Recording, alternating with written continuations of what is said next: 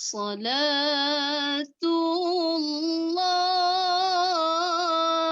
salamullah,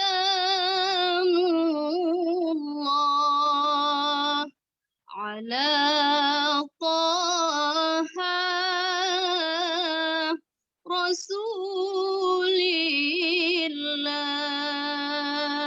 Salatullah,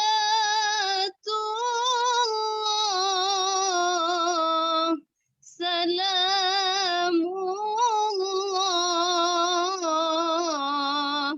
ala Yasin Habibillah.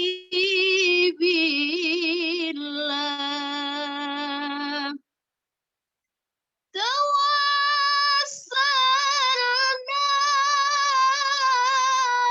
bismillah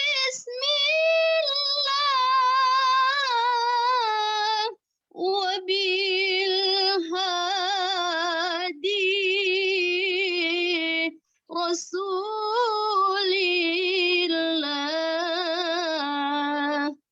Salatullah,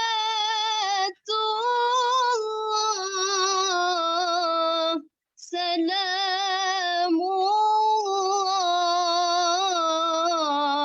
ala Yasin Habibillah.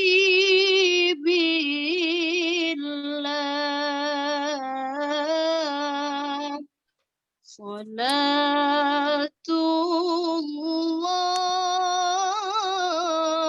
salamullah,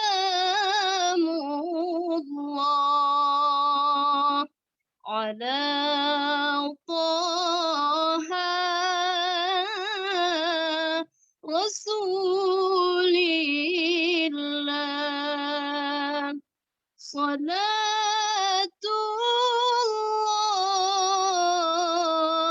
salamullah,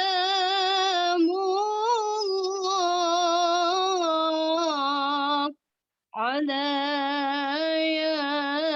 Yasin Habibillah.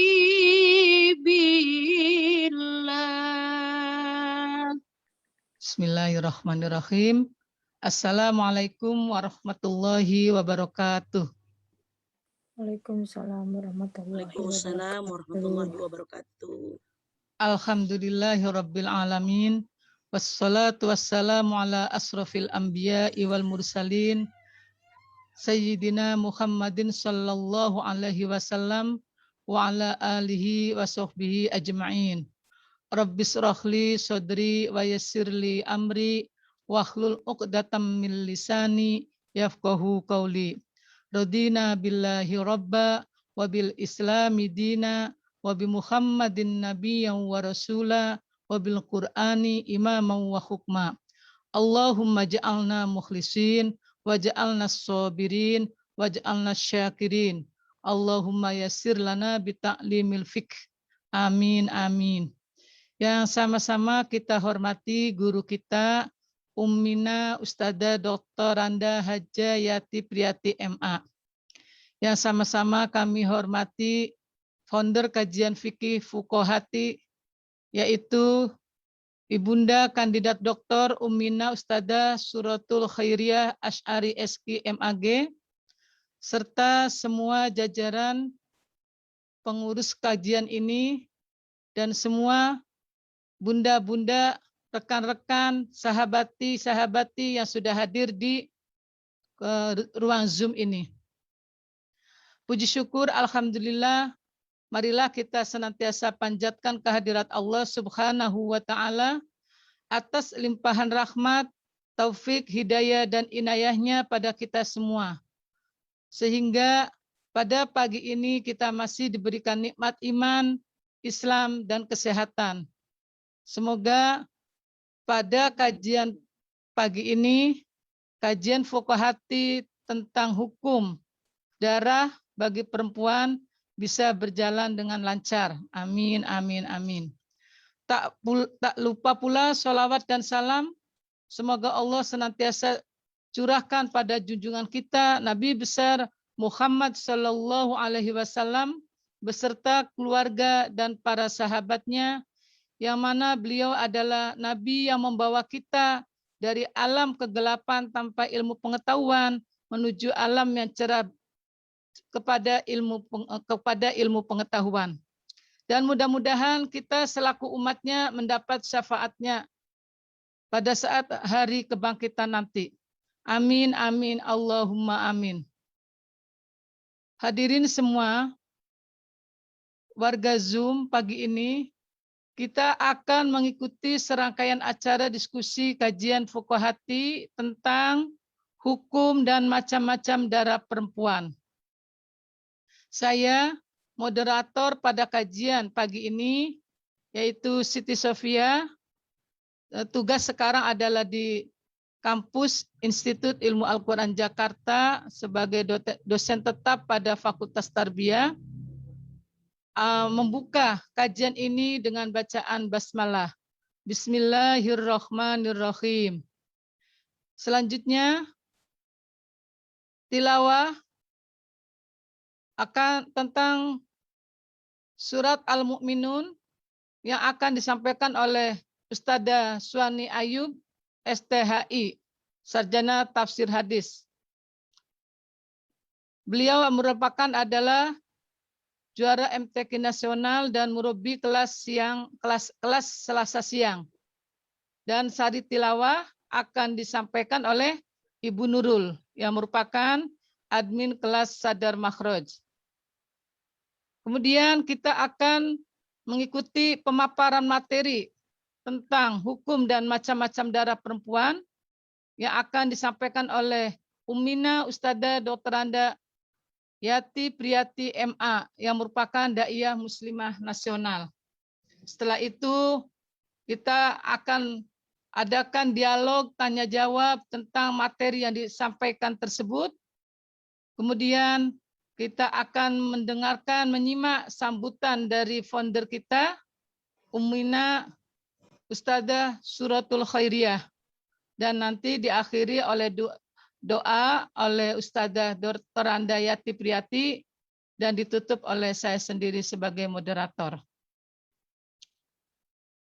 Marilah kita buka acara kajian ini yang dimulai dari pagi ini hingga siang nanti, insya Allah sampai jam 11, dengan pembacaan Ummul Quran, surat Al-Fatihah, dengan harapan semoga dengan bacaan surat Al-Fatihah ini, acara diskusi kajian fuqahati yang temanya hukum dan macam-macam darah perempuan dapat berjalan dengan lancar hingga selesai dan membawa manfaat bagi kita semua yang mengikuti kajian ini. Ala hadihin niyah wa ala kulli niyatin sholihah. Al-Fatihah. A'udzu billahi minasyaitonir rajim. Bismillahirrahmanirrahim. Alhamdulillahi rabbil alamin. Ar-Rahmanir-Rahim. Maliki yaumiddin. Iyyaka na'budu wa iyyaka nasta'in. Ihdinas siratal mustaqim. Siratal ladzina an'amta 'alaihim ghairil maghdubi 'alaihim waladdallin. Rabbighfir lana wali walidina. Amin. Selanjutnya, marilah kita tundukkan hati, hadirkan hati dengan mendengarkan tilawah Al-Quran yang akan dibacakan oleh Ustadzah Suwarni Ayub, STHI, akan membacakan surat Al-Mu'minun ayat 12 sampai 14. Dan sari tilawah yang akan dibacakan oleh Bunda Nurul. Kepada beliau saya persilahkan. Assalamualaikum warahmatullahi wabarakatuh. Waalaikumsalam warahmatullahi wabarakatuh. A'udzu billahi minasy syaithanir rajim.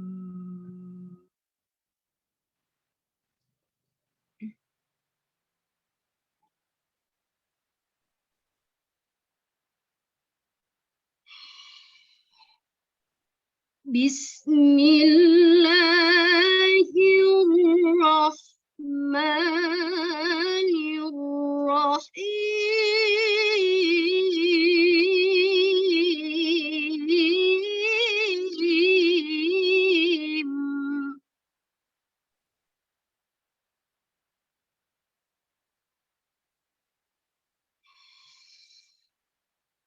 ولقد خلقنا الإنسان من سلالة من طين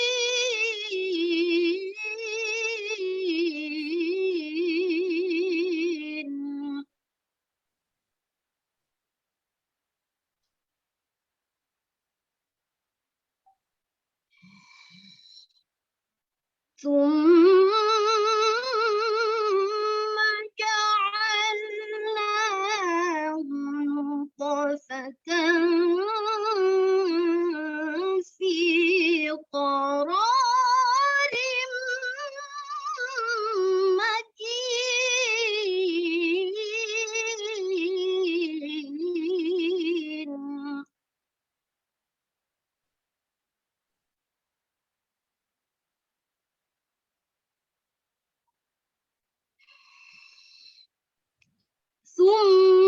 ثم خلقنا النطفة علقة فخلقنا العلقة مضغة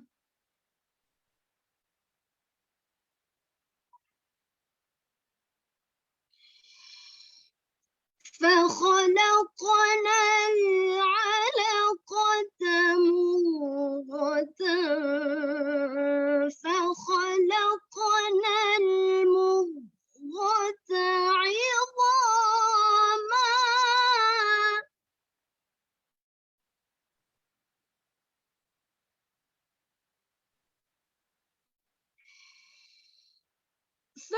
فخلقنا المضغة عظاما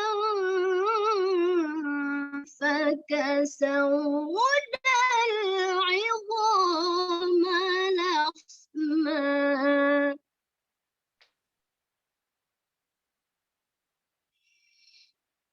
ثم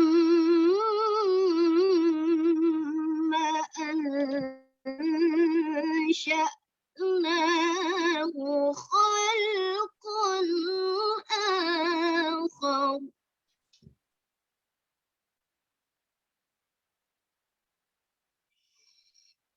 فتبارك الله أحسن الخالقين فتبارك الله أحسن الخالقين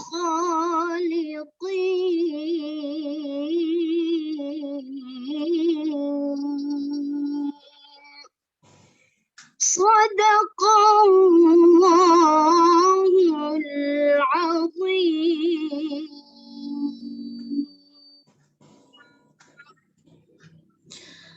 Aku berlindung kepada Allah dari godaan syaitan yang terkutuk dengan menyebut nama Allah yang Maha Pengasih lagi Maha Penyayang. Dan sungguh kami telah menciptakan manusia dari saripati berasal dari tanah.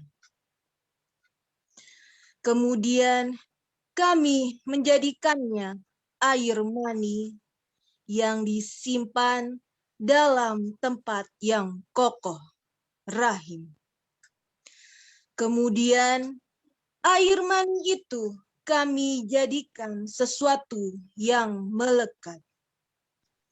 Lalu sesuatu yang melekat itu kami jadikan segumpal daging.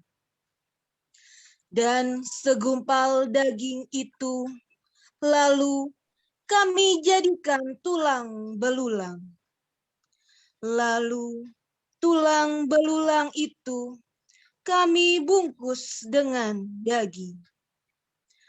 Kemudian kami menjadikannya makhluk yang berbentuk lain. Maha suci Allah, pencipta yang paling baik. Maha benar Allah dengan segala firman-Nya. Terima kasih. Kami sampaikan kepada Ustadzah Suwarni Ayub, STHI, dan Bunda Nurul. Semoga apa yang telah dibacakan bisa kita resapi dan pahami. Selanjutnya, kita masuk pada acara inti, yaitu diskusi kajian fuqahati dengan tema hukum dan macam-macam darah perempuan. Pemaparan materi akan disampaikan oleh Ummina Ustadzah Dr. Andayati Priyati, Magister Agama. Beliau merupakan Da'iyah Muslimah Nasional. Kepada Ustadzah Ummina Yati Priyati kami persilahkan. Baik, bismillahirrahmanirrahim. Assalamualaikum warahmatullahi wabarakatuh. Waalaikumsalam warahmatullahi wabarakatuh. Terima kasih Ustazah Siti Sofia, Masya Allah. Masya Allah, ini saya berhadapan dengan para dosen IIKI ya, pencetak Ahlul Quran yang luar biasa. Dan betapa Allah sangat rahman dan rahim kepada kita semua.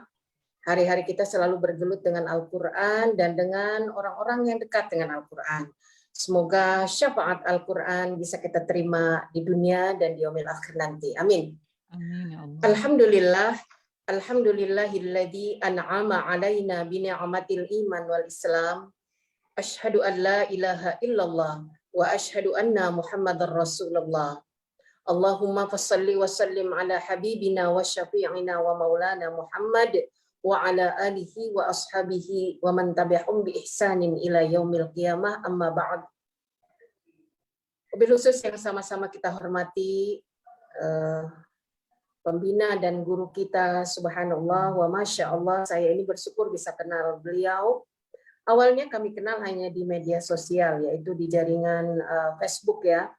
Alhamdulillah Bunda Eri ini luar biasa ya. Kemarin bersyukur saya juga bisa mengikuti kajian Yai Ahsin.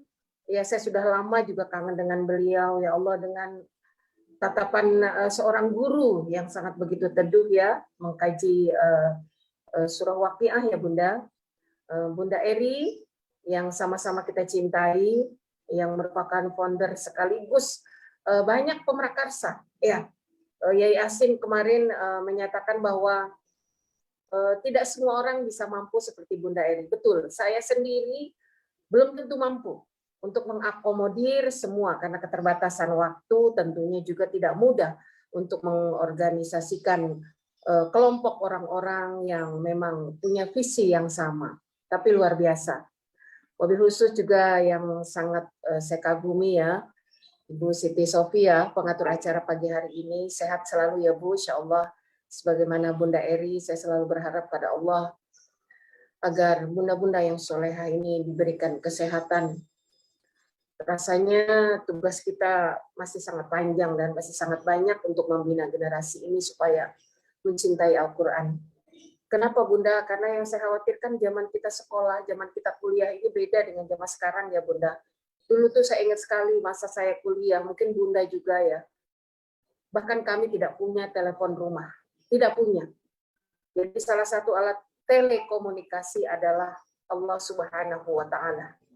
Ya, tidak ada penghubung yang bisa menenangkan jiwa para orang tua kita ketika berjauhan dengan kita, yaitu hanya doa-doa. Tapi sekarang ini sangat mudah sekali.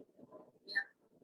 Dan kita Masya Allah bersyukur juga pada Allah. Saya seringkali mengatakan ada wabah ini yang menyebabkan kita tidak bertemu, tapi teknologinya sudah bisa mempertemukan melalui media seperti ini. Allah ya Rabb, ya betapa Allah Subhanahu wa Ta'ala sangat cinta pada kita semua. Adik-adik sekalian, peserta diskusi kajian Zoomiyah ya. Apa ini Bunda? Fuqahati ya, Fuqahati kajian fikih ya. Alhamdulillah, insyaallah mudah-mudahan semuanya perempuan. Ya, kalaupun mungkin ada bapak-bapak yang ikut tayangan ini, karena saya juga sudah share ke grup PA grup, mudah-mudahan juga dapat jadi pembelajaran buat para istri dan anak-anak perempuannya. Tapi memang berkali-kali saya sering mengungkapkan bahwa tugas untuk menjelaskan perkara fikih ini kepada anak-anak kita itu adalah tugas ibu. Ya, berani saya mengatakan bukan tugas bapak, bukan. Ya, ya mungkin bapak memerintahkan kepada ibu. Gitu. Karena meskipun banyak perempuan bertanya tentang perkara masalah darah, ya, di antaranya adalah adik dari ibu Maimunah, ya, yang bertanya kepada Rasul Shallallahu Alaihi Wasallam tentang darah istihadah, ya, karena perkara darah ini yang paling kenal itu ya perempuannya yang punya diri, bukan suami. Ya, suami itu ya dia hanya menjalankan kewajibannya aja. Yang ngerti mah kita, gitu. Jadi kita yang harus belajar dan kita yang harus mengajarkan pada anak-anak kita. Karena reproduksi yang punya itu perempuan. Makanya saya tuh tadi ketika admin bertanya tentang ayat apa, saya bingung. Karena begitu banyaknya Allah Subhanahu wa Ta'ala bercerita dalam Al-Quran ini tentang perkara kehamilan. Gitu. Di surah Al-Ahqaf ayat 15, itu juga perkara hamil dan menyusui. Tapi akhirnya setelah saya kaji-kaji, oh ini rasanya cocok nih. Ya, dan ini dikenal oleh para ilmuwan yang muslimah ini juga ada banyak jamaah yang alhamdulillah beliau juga adalah dokter kandungan, ya, ginekologi. Ini suka banget dengan ayat ini dan mereka menamakan ayat ini adalah ayat reproduksi. Surah Al-Mu'minun ayat 14-12 yang tadi dibacakan oleh Adinda Qori'ah, ya Allah. Aduh, rasanya nyesel deh kalau acara pembukaan Katimus ini dan juga Pukahati ini nggak dengerin Qori'ahnya ngaji. Itu indah banget. Ayatnya indah, yang baca indah, ya, suaranya indah, wajahnya juga indah. Ya, betapa Allah Subhanahu wa Ta'ala memberikan satu kabar bagi kita bahwa kejadian kamu tuh dalam bahasa kita yang sering kita kenal nggak ujuk-ujuk gitu. Nggak ujuk-ujuk kamu ini ada kun fayakun gitu. Nggak seorang istri hamil itu habis hamil ya udah makan seabrek-abrek gitu bahasa Betawi mah. Makan banyak anak sehat kan nggak kayak gitu. Ya. Tapi Allah suruh renungkan gitu. Walaqad khalaqnal insana min sulalah min tin. Allah Rabbuna ya Karim, ya Allah sulalah. Ya kita tahu lah apa ya, sulalah itu bukan air sembarangan tapi airnya mesti memancar, bukan ngalir. Air yang ngalir itu tidak dikatakan sulalah. Jadi nih, kalau kita kaji ayat ini, Masya Allah, kalau mungkin ya Insya Allah, kalau Yai Asin yang mengkaji Allah Rabbuna, atau Ali Nurdin, atau guru-guru kita yang muslimah, mungkin ada tafsir yang luar biasa, ini tajam menukik. Saya hanya membaca aja dari tafsir-tafsir guru-guru kita bahwa sulalah itu adalah pancaran air yang dipancarkan ke dalam rahim yang memiliki hentakan pancaran yang luar biasa dahsyat. Mungkin punten, saya mohon maaf ini pikir ya adik-adik sekalian yang belum nikah, mohon maaf ini ya. Itu lompat itu pancarannya setinggi lompatan ini punten air liur bersin kita. Itu makanya kita disuruh pakai masker kan. Ya. Jadi maskernya itu apa? Allah Karim, maskernya itu rahim. Rahim itu, makanya di ayat 12 itu katakan, "Tsumma ja'alnahu nutfatan fi qararim makin." Jadi karena dia dihentak, oke, ini pengantar dulu ya tentang bagaimana reproduksi. Ya, ini ayat reproduksi saya juga tahunya dari ilmuwan ahli ginekologi. Tapi kita kan tahunya surah Al-Mu'minun, ya, ayat 12-14 bicara tentang proses kejadian manusia. Oke. Betul itu prosesnya. Tapi indah banget kalau kita katakan ini ayat reproduksi. Subhanallah, Masya Allah. Jadi kita cinta gitu. Dan saya itu berusaha terus selalu membaca ayat-ayat ini. Ketika ada ibu-ibu minta diberikan tausiah, mungkin adik-adik pembaca sholawatnya juga membacakan sholawat tentang hari kelahiran itu, ya bacalah surah ini deh, baca surah ini adik-adikku. Ya. Nah, sulalah mintin ditembak, bahasanya itu ditembak di apa? Koror. Koror ini punten adik-adik sekalian, Bunda Eri dan Bunda Siti, kini punya kita. Apa ini? Lokasi. Lokasi ini ya, satu tempat isolasi, Allahu Rabbuna ya Karim, yang steril. Steril dari virus apapun, dari debu apapun, hangatnya pas, ketebalannya pas, kegelapannya pas. Allah desain sebegitu indah ini, koror. Ya. Koror itu yang punya kita. Ya, setiap perempuan itu punya. Itu makanya, punten, air seninya perempuan berbeda dengan air seninya bayi laki-laki. Bayi perempuan, air seninya berbeda dengan air seni bayi laki-laki. Ya. Antara mukhalladhah dan mutawassit ya.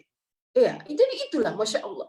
Jadi karena di sini harus melalui ternyata bersentuhan dengan koror ini, tempat yang kokoh, tempat isolasi ini yang Allah ciptakan hanya untuk air yang halal. Maka ketika yang tumbuh di situ, yang disemprotkan di situ adalah bukan disinfektan.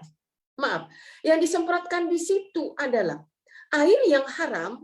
Mohon maaf, anak itu tidak dinisbatkan kepada ayahnya. Mohon maaf. Begitulah hukum. Ya, jadi betapa yang berhak bersemayam air di situ, yang berpadu dengan air yang si pemilik qarar ini, ya, yang akhirnya nanti menjadi alaqah, sulalah mintin summa ja'alnahu nutfah, yang artinya nanti menjadi nutfah. Nutfah itu udah bukan milik satu orang, tapi milik dua, antara milik laki-laki dan perempuan. Jadi udah nutfah. Kalau sulalah masih milik suaminya. Kalau sudah menjadi nutfah, udah perpaduan keduanya. Bentuknya seperti ada Allahu a'lam. Kita nggak tahu bentuknya seperti apa. Ya. Nah, koror ini tadi kita katakan wadah, tempat yang steril. Nah, makanya si punya tempat itu Allah persiapkan segala potensinya. Di antaranya adalah energi oksigennya dalam wujud apa? Darah di rahim itu. Darah. Allahu Akbar walillahil hamd. Karena janin sejak dia menempel di dinding rahim, saat dia menjadi nutfah, alaqah, mudghah, dia itu akan berenang di dalam tempat yang kokoh itu qaror dengan darah. Berenangnya itu pakai darah. Darah di rahim. Allahu Akbar. Nah, kemudian Makina ini Bunda Eri ini El Makina. Beliau punya apa lagi itu ya? Satu lembaga El Makin. Makin itu artinya apa? Aman. Tentram. Damai. Qararim makin itu artinya wadah yang aman. Jadi kalau ada proses bayi tabung mesti begini, mesti begitu, inkubatornya bagi bayi yang mungkin prematur mesti begini, mesti begitu secara teknologi kedokteran. Allah Subhanahu wa Ta'ala sudah ciptakan di dalam rahim kita, desainnya begitu sangat ngepas. Pabi ayyi ala li rabbikuma tukadziban. Allahu Akbar walillahil hamd. Jadi qararim makin itu adalah tempat yang kokoh dan aman. Kenapa aman? Itu tadi saya katakan, aman itu karena ketebalannya itu enggak satu lapis. Allah ya Rabb. Kalau ada proses sesar itu robekannya tidak satu lapis, adik-adik, ibu-ibu, tidak satu lapis. Tubuh kulit kita ini 7 lapis dan apa namanya? Fi dzulumatin salas, ada 3 kegelapan di dalamnya. Ini lapisan yang mana yang disebut oleh Allah 3 kegelapan itu? Jadi sudah janin itu terbungkus di dalam kulit luar kita, dibungkus lagi oleh letaknya posisi rahim ini yang sudah terbalut dengan kulit. Subhanallah, ini perlu diinfokan juga. Kemarin ini saya juga sampaikan ini di TV One waktu damai ini. Subhanallah, rahim ini diletakkan di antara dua tulang panggul yang kokoh. Subhanallah. Jadi mampu nahan sampai nanti janin itu 9 atau mungkin ada yang sampai 10 bulan kokoh nih, karena tulangnya kuat. Tulang panggul yang kita punya ini, Allahu Akbar walillahil hamd. Kita aja yang punya nggak ngorek sampai sedetil itu. Begitu kita baca kajian ayat ini, Allahu Rabbuna, ya Allah. Jadi meskipun badannya kurus, si ibu hamil itu ya, meskipun orangnya lemah, tapi karena letak rahim ini ditopang oleh tulang panggul yang kokoh, dia kuat. Sampai Allah jadikan dia janin yang siap untuk keluar. Masya Allah. Ya. Jadi kembali lagi ke darah tadi. Jadi darah ini yang bermain, bukan bermain, yang menjadi tempat nyamannya si janin itu. Jadi dia hidup di darah itu. Allahu Akbar. Makanya yang punya tempat, yang punya qararim makin ini mesti tahu bagaimana dia harus menyelesaikan urusannya dengan Rabb yang menciptakan al-qarar ini. Ya, tempat yang kokoh ini. Nah, setelah itu ada satu proses. Maka ya kemarin kita bahas tentang haid, dan sekarang kita tidak bahas lagi masalah haid, karena kita akan mengarah kepada masalah darah nifas, ya. Darah nifas. Ya, nifas.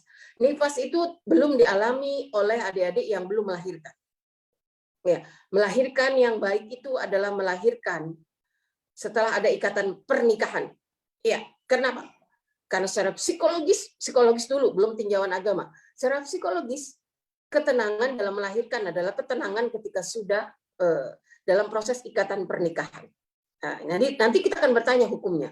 Bagaimana orang nikah itu diceraikan? Bagaimana orang hamil itu diceraikan? Bagaimana orang hamil itu dinikahkan? Nah, itu nanti ada keterkaitan hukumnya. Itu terkait masalah tolak, ya, perceraian. Karena kita bicara aja tentang hamil. Katakanlah ini hamil dulu, kehamilan yang utuh. Jadi al-hamil, ya, hamil itu, jadi ketika kita secara mengatakan orang hamil itu akan mengalami proses nifas, ya. Nifas itu berarti secara lugawi itu ya, nifas itu sendiri adalah darah, ya. Dari mana? Ya, an-nifas, ya, yang dikatakan ini an-nafas. An-nafas, apa itu an-nafas? An-nafas itu kan kita kenal itu bentuk mufrad ya, dari apa? An-nufus, ya. Ya, nafisan. Jadi satu akar kata dengan ya ayatuhan nafs, jiwa.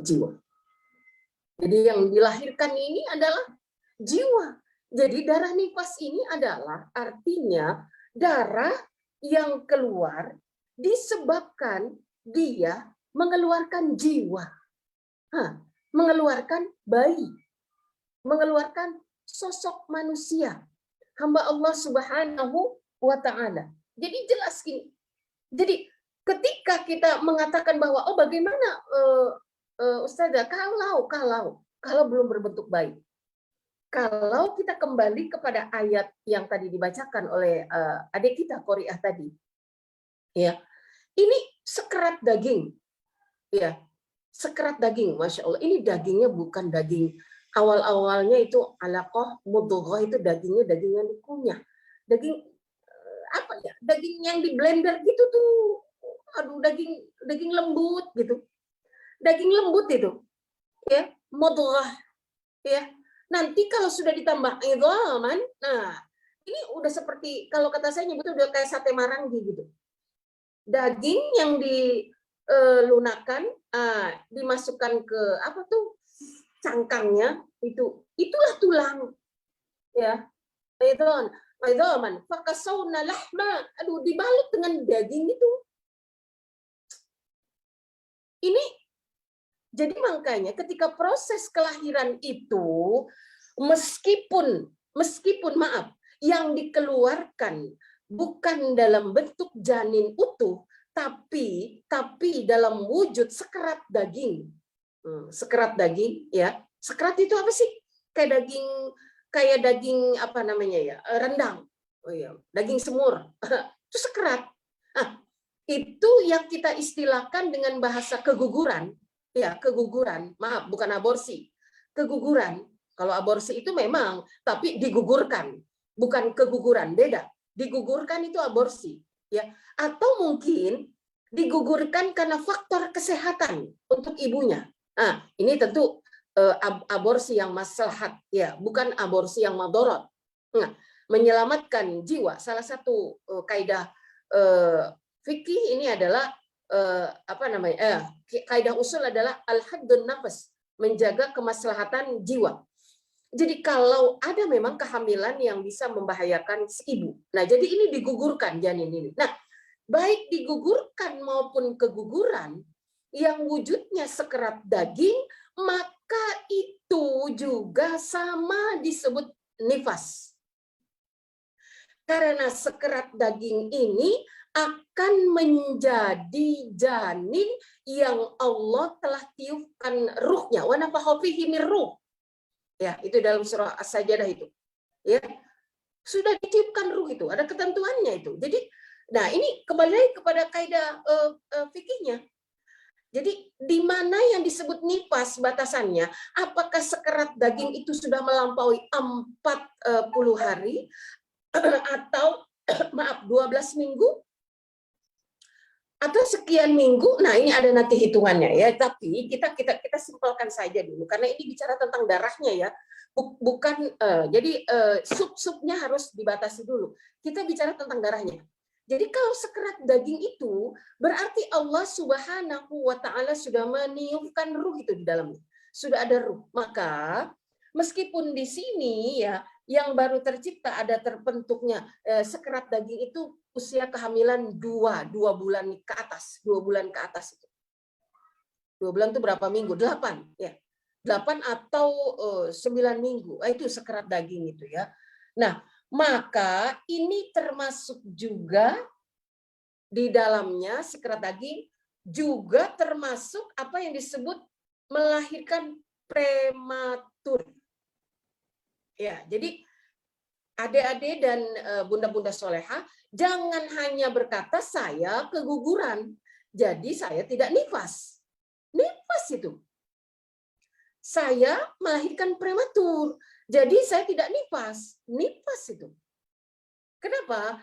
Karena ketika sekerat daging itu ditarik melalui proses kuret, melalui proses dia jatuh keluar sendiri, itu diiringi dengan darah. Maka darah yang mengiringi calon janin yang belum maksimal ataupun janin yang hampir maksimal, terlebih lagi janin yang sudah maksimal, itulah disebut darah nifas. Jadi bersama bayi ya, bersama bayi. Jadi bukan darah yang keluar saat bayi belum keluar. Oke, kita semua pernah melahirkan. Contoh gini. Pembukaan pertama atau ketika mules-mules sudah ada bercak darah. Sudah ada bercak darah.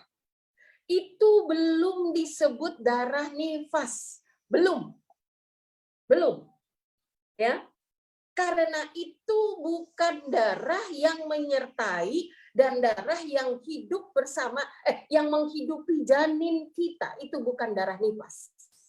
Tapi darah yang keluar itu adalah mengiringi keluarnya bayi. Ya, paham? Akhwati fillah, ya. Paham? Ya, sudah situ ya.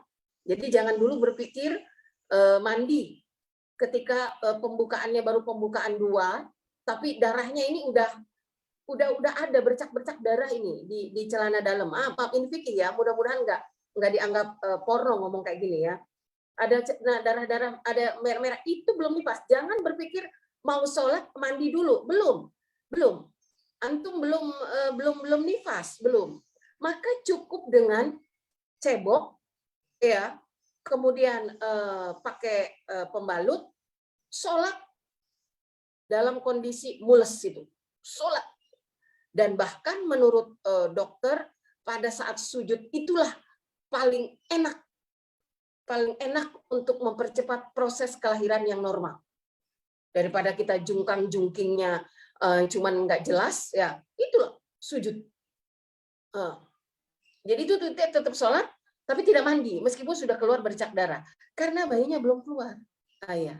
Jadi itu tidak termasuk darah nifas, ya. Jadi ketika kita mengatakan berapa banyaknya cc-nya, udah jangan dihitung cc, ya. Karena jumlah darah mau cc-nya mungkin banyak, ya, tapi dia proses keluarnya cepat, otomatis berhentinya juga cepat. Jadi saat kita melihat bahwa darah ini keluar, kemudian dia berhenti dalam begitu waktu yang cepat, sama seperti bahasan haid kemarin, ya. Ada waktu-waktu di mana darah haid itu terpanjang adalah 15 hari, kemudian darah nifas juga sama, punya waktu terpanjang. Ya. Jadi seseorang yang di mana dia terkena kewajiban bersuci ketika darah nifas itu sudah berhenti dalam waktu yang paling pendek. Sependek apa? Bisa ada yang punya darah nifas itu hanya keluar 2 hari. Ada. Apalagi dengan metode kedokteran yang sekarang semakin canggih, ibu-ibu melahirkan itu lebih cepat karena dipengaruhi bisa jadi oleh vitamin yang sungguh sangat baik, ya. Dan juga mungkin ada faktor hormonal. Ya, kalau saya pribadi itu nifasnya nggak lama, 7 hari. Alhamdulillah 2 anak lahirnya normal di bidan. Di bidan saja, dan 7 hari itu sudah tidak ada lagi darah. Ya, maaf, yang disebut tidak ada lagi darah sampai batas waktu terpendek kita itu 2 hari, ya, terpendeknya nifas itu, atau ada menurut fikih Imam Syafi'i itu ada waktu yang paling sedikit, ya, sesuai dengan waktu sedikitnya hamil, 6 bulan itu lahir, maka 6 bulan bayi lahir prematur itu ya udah nifas ibunya. Jadi terpendeknya waktu itu ketika kita melihat di sini adalah 2 hari, bisa juga hanya 1 malam, sama seperti haid. Tapi itu mungkin langka, ya, masih sedikit waktu. Jadi kita lihat saja. Nah, pentingnya mengenali darah nifas ini dan waktu-waktunya bagi kita adalah terkait karena kita punya kewajiban untuk beribadah kepada Allah Subhanahu wa Ta'ala. Ya. Nah, ketika di sini bicara tentang bagaimana sebuah rahim itu mengeluarkan darah ini, nah, jangan sampai peristiwa melahirkannya itu sampai berujung panjang lama gitu. Masalahnya ini, mohon maaf, saya punya pengalaman nih waktu itu dengan ibu-ibu yang tetangga gitu. Udah asar tapi udah sore dia nggak hengkang gitu dari depan rumah tuh sambil nyuapi anaknya. Ibu, saya udah sholat. Oh, saya belum sholat. Belum berhenti Bu darahnya? Enggak, darah sih udah berhenti, tapi saya kan masih menyusui. Allah ya Rob, menyusui dia nggak sholat. Ya. Darah sudah berhenti tapi dia nggak sholat dengan alasan menyusui, teranaknya pipis sembarangan, pipis di pangkuannya gitu, ya. Ya mungkin ya alasan-alasan tanpa ilmu itu jadi berbahaya kan, seperti itu, ya. Ya. Jadi darah tersebut tidak keluar itu sebelum keluarnya bayi. Waktu terpendeknya sama 1 hari, 2 hari, waktu terpanjangnya bisa mencapai masa persalinan itu 60 hari. 60 hari. Ini berapa? 40? 60, ya. Itu udah langka, ya, kecuali orang tua kita dulu. Orang tua kita dulu tuh ada sampai 40 hari, betul, ya, masa. Karena mungkin kurang obat gitu, ya. Dulu tuh mana adalah kontrol ke dokter palingnya bidan gitu. Enggak. Almarhumah Umi itu ya cuma dukun aja udah. ya. Jadi lahir di dukun gitu. Jadi darah itu ngalir. Jadi lama itu. Ya, sampai 40 hari dan bisa mencapai 60 hari. Itu batasannya ya. Jadi ya, maka kita ini wajib mengenali prosesnya. Jadi sama karena kenapa? Karena gejala nifas itu proses keluarnya darah nifas itu sama dengan kendala-kendala yang dihadapi pada saat kita haid. Sudah suci, sudah mandi, kemudian sholat, baru sholat satu waktu sudah keluar lagi. Nah ini makanya penting juga bagi kita ya.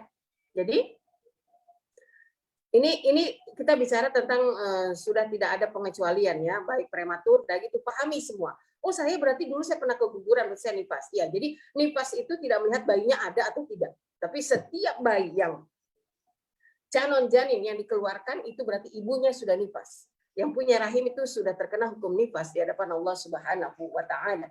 Baik, ya. Jadi kalaulah kita berhitung soal ketentuan darah nifas ini banyak kasus. Kenapa? Karena sebagaimana mengenali dimensi waktu yang harus dikenali oleh seseorang ketika dia haid, maka seorang perempuan juga harus mengetahui perkara-perkara waktu siklus waktunya. Nah, dia mesti kenal. Yang pertama tenggang waktunya.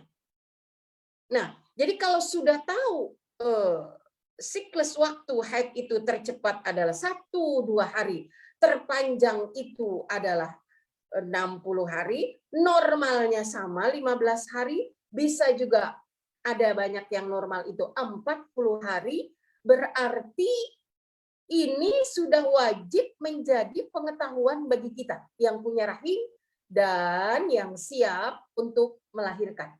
Ya, ini ukurannya ya. Ya. Masa nifas paling lama adalah 60 hari beserta malamnya. Jadi hitungannya itu sampai malam, bukan hari di mana misalnya genap 60 hari ini, tunggu sampai malam. Ya, karena perhitungan Hijriah itu adalah sampai matahari terbenam, ya, sampai kita mulai menghitung pergantian tahun Hijriah itu sampai malam, ya. Tidak bisa lebih dari 60 hari, ya, ya. Tidak bisa lebih dari 60 hari. Jika dia lebih dari 60 hari, artinya itu bukan lagi darah nifas. Bukan lagi darah nifas. Itu dari segi perhitungan waktu, ya. Jadi apabila ada wanita ya nifasnya lebih dari 60 hari, maka itu wajib dikonsulkan kepada ahli medis, ya. Dan secara fikih sudah punya kewajiban untuk melaksanakan ibadah sebagaimana mestinya, ya. Jadi ini kalau enak perhitungannya, terus saja dia keluar selama 60 hari. Nah, tetapi yang jadi masalah, bagaimana kendalanya jika ini terjadi berhenti, kemudian ada lagi, berhenti, kemudian ada lagi. Ya, jadi gunanya mengetahui tempo waktu normal, apa ya namanya ini? Ya, itulah jeda waktu. Jeda waktu normal, jeda waktu yang umum, sampai jeda waktu terpanjang, gunanya adalah untuk kita mengenali batasan mana yang nanti kita pegang. Ya. Jadi, kapan darah itu mulai terhitung kita nifas? Umum di sini adalah 7 hari, 2 hari, 7 hari, 15 hari, ya. Nah, jika seandainya 7 hari sudah berhenti, kita sudah mandi, kita sudah sholat. Tapi beberapa hari kemudian masuk hari ke-10, dia keluar lagi. Datang lagi darah ini.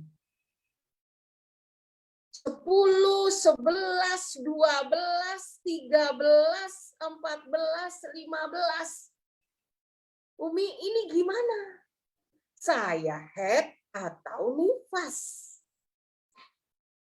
Saya haid atau nifas? Nah, jadi pengantar tadi menyatakan bahwa jika demikian, kita ambil tadi perhitungan waktu yang menengah, yaitu 40 hari.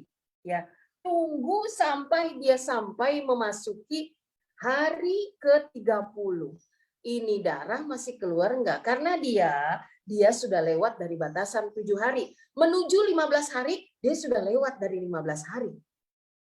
Kalau dia masih keluar, sekarang yang dipegang adalah waktu 30 hari. Belum memasuki 40 hari, 30 hari. Jadi dicontreng. Dicontreng itu. Jangan dengan tanda lingkar, apa ini namanya, blacklist gini. Bukan. Dibulatkan dulu, memasuki sampai 30 harinya itu dikasih tanda, dibulatkan yang angka memasuki 30. Sambil dicontreng.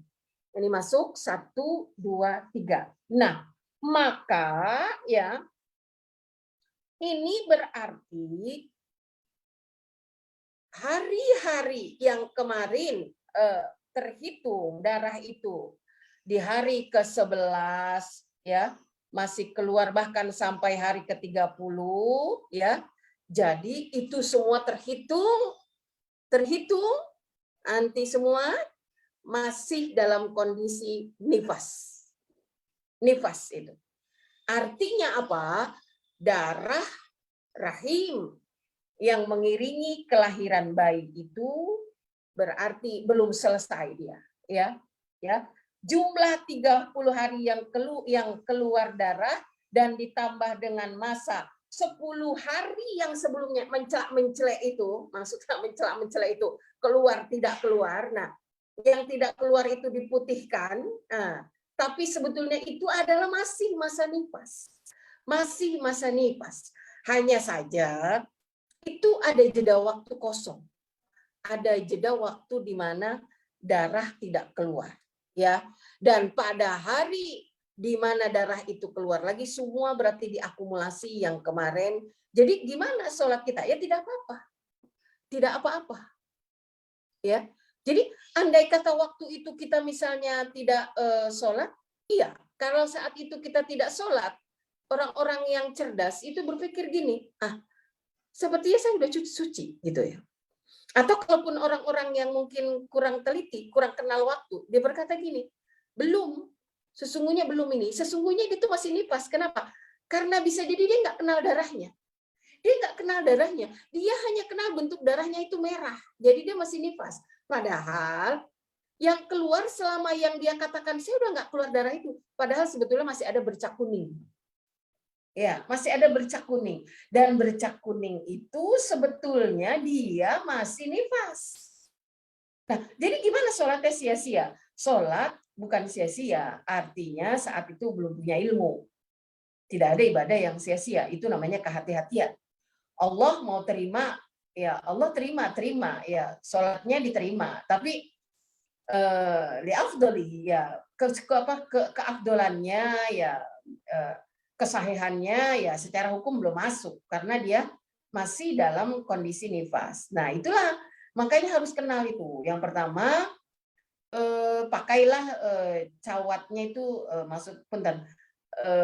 celana dalamnya itu yang berwarna cerah sehingga mudah mendeteksinya. Ya. Ataupun kemungkinan yang kedua, jangan lepas dari pembalut. Nah, ini sedetil ini mesti disampaikan kenapa? Mungkin pembalutnya tidak yang tebal karena mungkin darahnya udah sedikit. Pakailah pembalut yang tipis ya. Kalau sekarang kan sudah lebih enak tuh ya, tinggal milih aja sama kita ya. Nah, itu mudah dikenali kalau dilihat pembalutnya itu masih meninggalkan bercak-bercak kuning, itu sesungguhnya masih nifas. Inilah tadi yang dikatakan bahwa saya darahnya udah berhenti. Nah, berarti ya sebagai perempuan kita juga mesti mengenali, yang pertama kenali tempo waktunya, ya. Apa ini namanya? Jeda waktunya, ya. Yang kedua, kenali darahnya, ya. kenali darahnya karena dia bermacam-macam perubahannya terjadi. Bisa semakin ke sini itu darahnya itu tidak sama dengan ketika dia pertama kali mengiringi bayi lahir, karena mungkin akumulasi warna itu bisa melihat kepada jumlah banyaknya darah yang keluar. Jadi semakin dikit darah yang keluar, maka kekentalannya juga berpengaruh terhadap kehitaman warnanya. Kemudian semakin ke sini bisa jadi darah itu semakin teksturnya semakin hanya berbentuk lendir ya, yang mulai mengencer ya, yang mohon maaf ini jadi agak dalam sedikit ya, yang mulai encer, tidak coba maaf kalau kita gini-giniin dia tidak lagi meninggalkan tarikan-tarikan gitu ya, tapi hanya ketak putus dia. Nah, ini pun sangat berpengaruh terhadap warna darah. Tentu beda dengan yang pertama ya, di hari-hari awal-awal ya, pada hari ketiga, pada hari ketujuh ya, sampai hari ke-15 atau sampai hari ke-7 tuh ya. Yang tadi saya katakan bahwa 7 hari bagi saya itu udah selesai. Kenapa? Punten, mohon maaf, itu sampai dicongkel tipis gitu, dihentakkan dikit gitu, dililit tisu lembut gitu. Nah, ketika ternyata begitu bahasanya dikorek gitu ya, begitu dikorek dan disentuh lembut, Allah, ini masih ada dia, karena saking kentalnya jadi dia belum bisa jatuh, berarti kita masih nifas. Baik, kita bisa lanjut ya, kita bisa lanjut. Oke, nah poin berikutnya, apabila seorang wanita melahirkan bersalin dan diiringi keluarnya darah nifas sampai 15 hari, sampai 50 hari kemudian, 50 hari ini udah ke 50 hari aja nih ya. Ya, kita singkat saja. Nah, sampai 50 hari kemudian darah tersebut berhenti sampai 12 hari. Nah, itu kan tadi sudah paham. Kenapa diinformasikan tentang batasan waktu terpanjang 50 hari, tapi kita ini jangan langsung sekat 50 hari. Apa sih namanya ini ya? Tempo ya, tempo. Aduh, saya mau bicara tentang apa ya?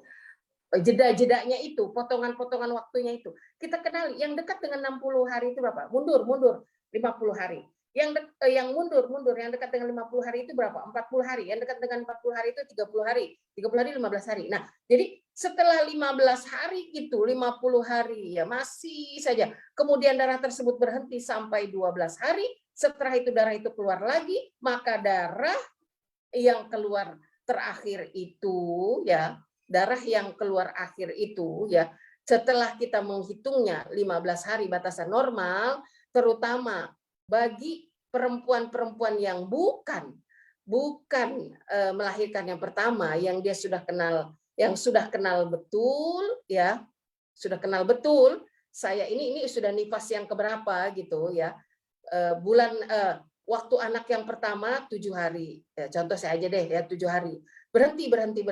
Nah, kemudian 12-13 hari memasuki 50 hari darah keluar, hati-hati ya, maka itu adalah darah haid. Loh, kok cepet? Ya, bisa jadi itu darah haid. Ya, karena meskipun umumnya wanita yang melahirkan itu kemudian dia menyusui, dan yang menyusui itu umumnya perempuan-perempuan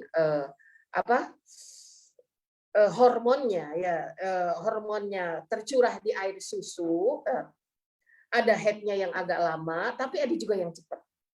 Nah, itu kalau sudah lebih dari 15 hari dan hitungan batas normal bersalin dikaitkan dengan waktu bersalin yang pertama lebih cepat 7 hari, kemudian ini 7 hari, kemudian berhenti, setelah 10 hari 12, 13, 14 darah itu keluar. Nah, waspada, itu darah haid. Waspada, itu darah haid. Hukumnya gimana? Hukumnya sama.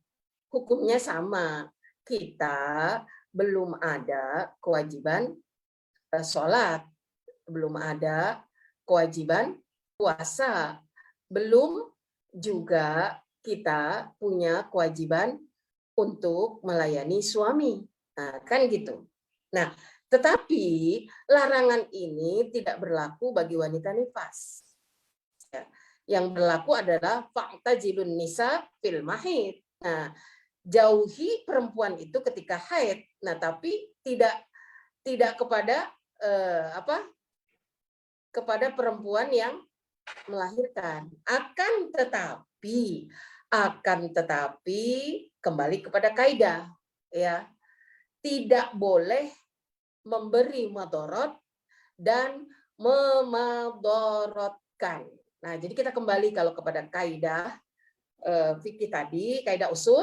Nah, jadi melihatnya kepada kemaslahatan, karena organ rahim ya yang terkait dengan perkara hubungan suami istri itu dekat dengan rahim, maka sebaiknya dihindari untuk melakukan hubungan pasca melahirkan sebelum benar-benar rahim itu sehat. Artinya ketika darah nifas itu masih mengalir, berarti rahim itu belum bersih.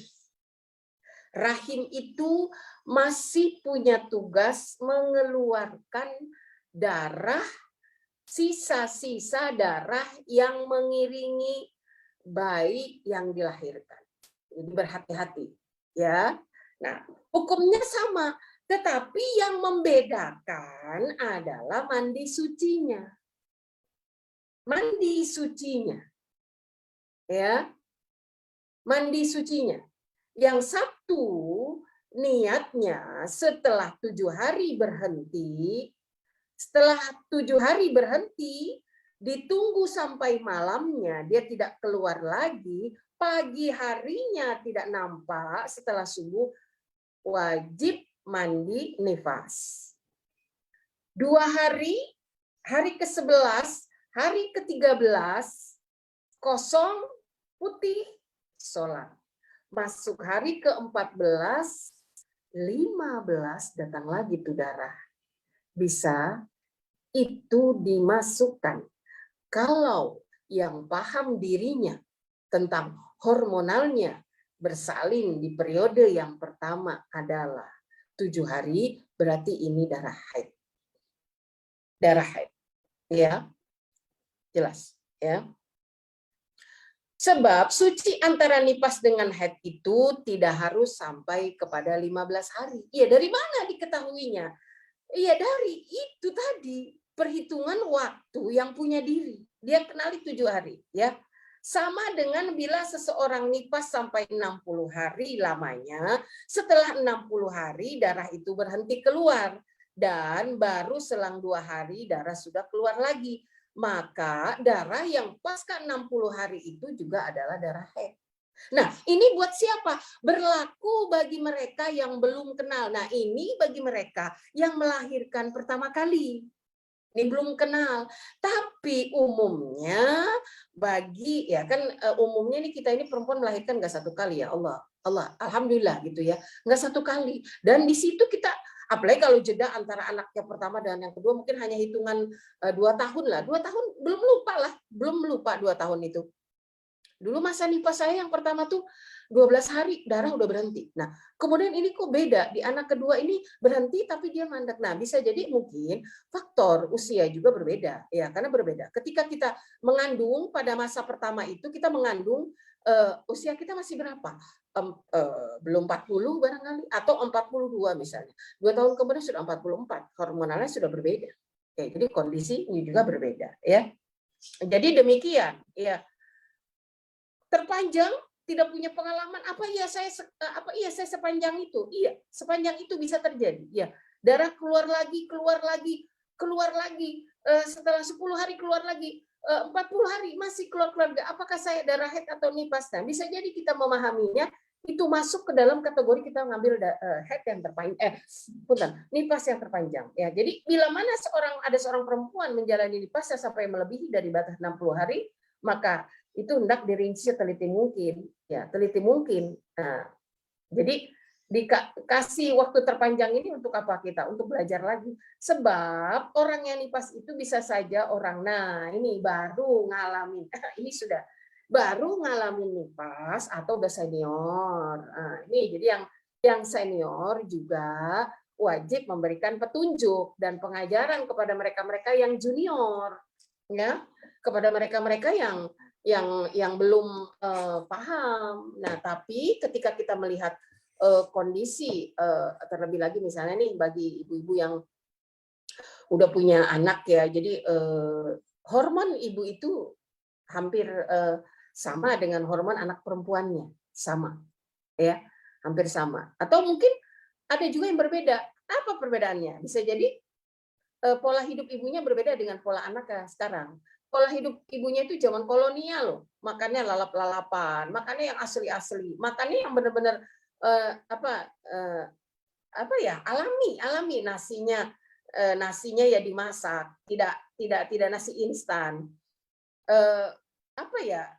Olahannya ya olahan dimasak, tidak olahan instan. Tapi anak sekarang hati-hati ibu, itu mempengaruhi hormon. Banyaknya makanan instan, mengkonsumsi vitamin. Dulu kita susah itu, nggak kenal tuh vitamin, nggak ada. Ya, ini juga mempengaruhi hormon. Seperti saya dengan anak perempuan saya itu sekarang udah berbeda. Ya, dia itu sensitif. Kalau lagi kecapean, nah itu headnya sebulan bisa 2 kali.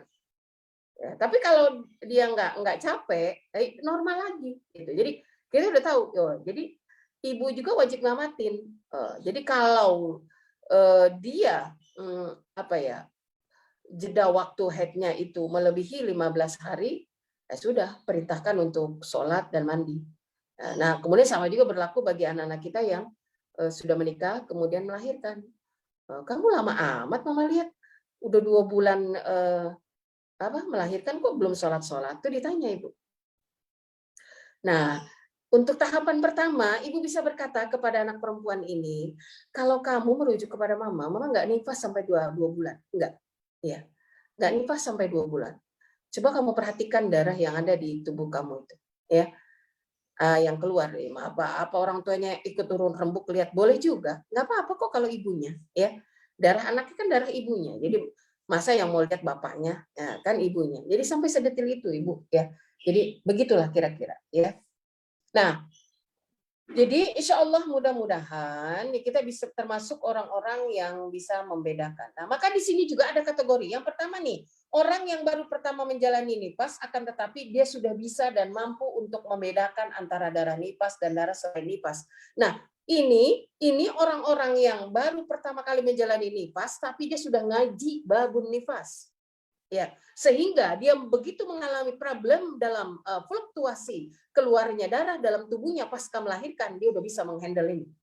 Nih, mudah-mudahan ini termasuk akhwat yang ada di sini yang ikut kajian fuqahati fikih perempuan ini ya. Iya. Nah, dia bisa membedakan, maka yang demikian ini hendaklah dikembalikan kepada asal tanda-tanda darah nifas itu. Ya, kenal apa ya? Yaitu darah yang pertama. Ya, ini sama. Warna pertama sekali dia keluar bersama anak kita tuh pekat, hitam. Sama seperti darah haid. Ya, karena fungsinya sama. Diletak di rahim, ya. Kalau haid itu kan gugur akibat tidak dibuahi. Artinya darah nifas ini ada kemiripan dengan darah haid. Kuat, ya. Ya. Dan lebih meyakinkan kita, oh ini masih darah nifas, ya. Kenapa? Ya, dia harus meyakin, nah, karena hal yang demikian itu ya bagi orang-orang yang haid yang nifasnya tidak melebihi batas 60 hari. Jadi dia udah kenal 15 hari saya sudah suci, berarti sudah selesai nifas saya. Yang kedua, orang yang menjalani nifas itu baru pernah mengalami nifas dan belum mampu untuk membedakan antara darah nifas dan selain nifas.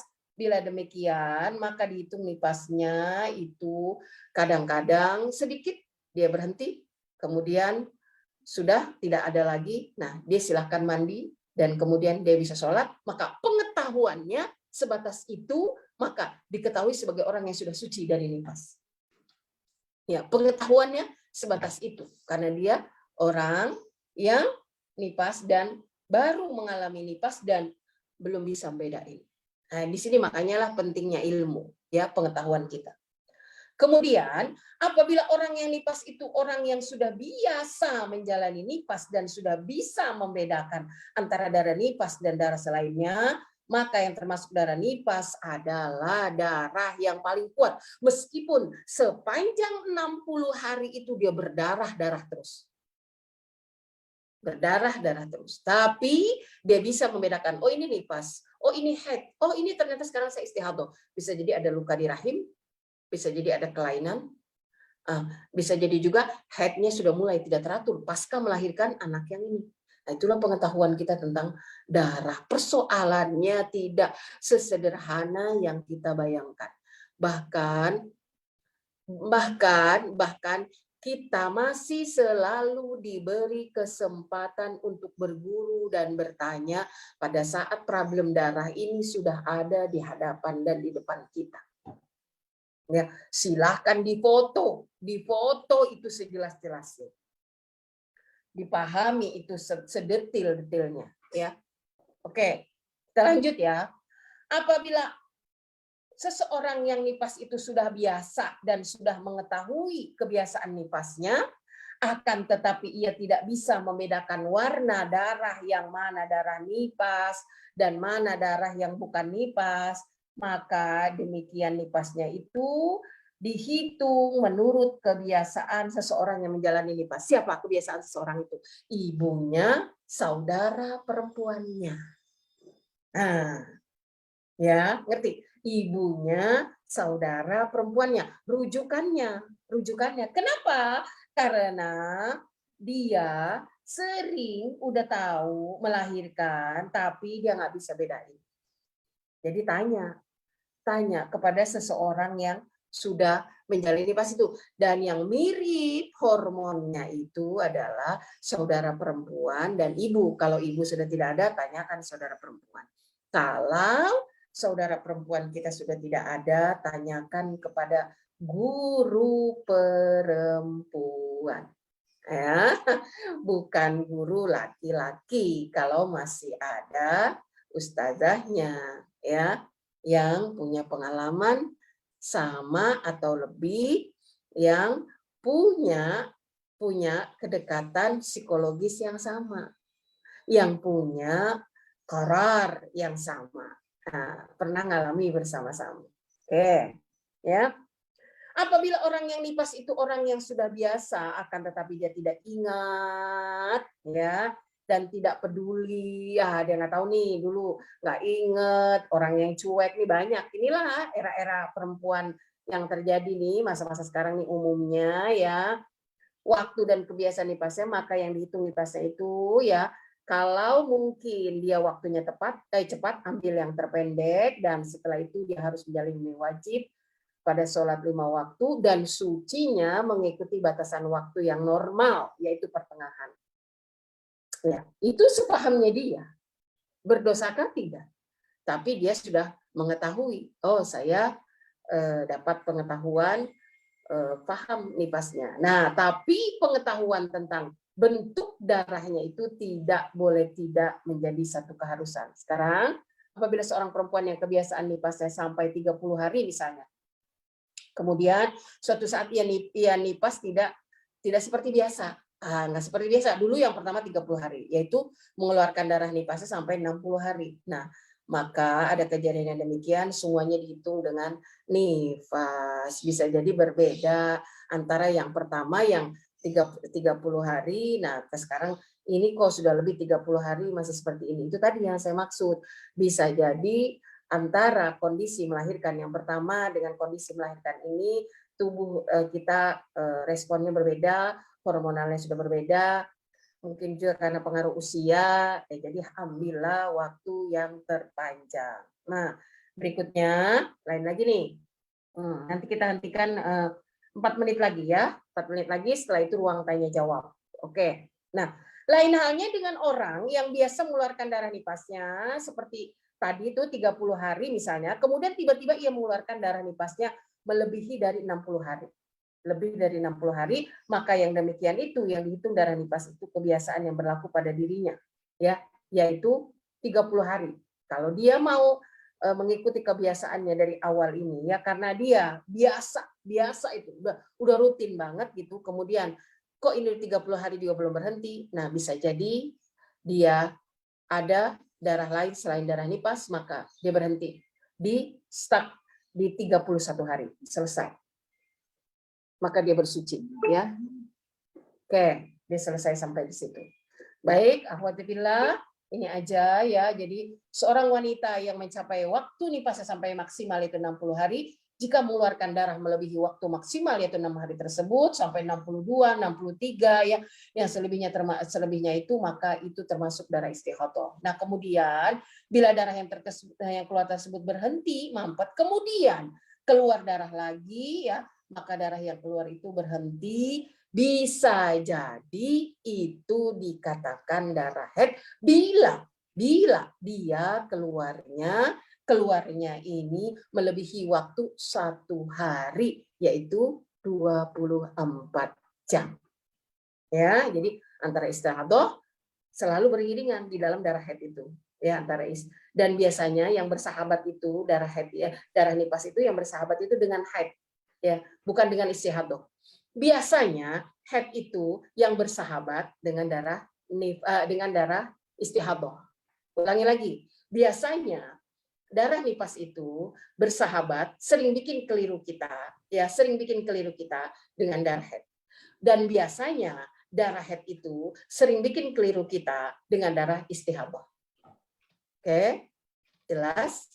Ya. Terus bagi mereka perempuan yang menyandang darah istihadah, segera ketika dia masih terus mengalir darah, kemudian mau mandi, sholat, berwudu, ya.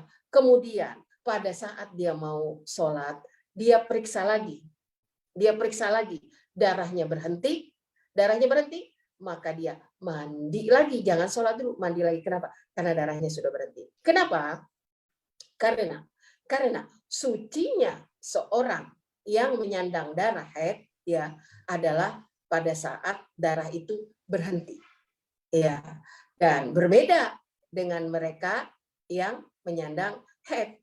Justru ketika dia sedang haid ya, maka sucinya itu ketika darah itu berhenti dan pada saat itu dia mandi ya, atau kemudian dia berwudu. Jadi batasan yang kedua adalah perempuan yang menyandang darah istihadah tidak boleh menyela wudunya dengan aktivitas yang lain.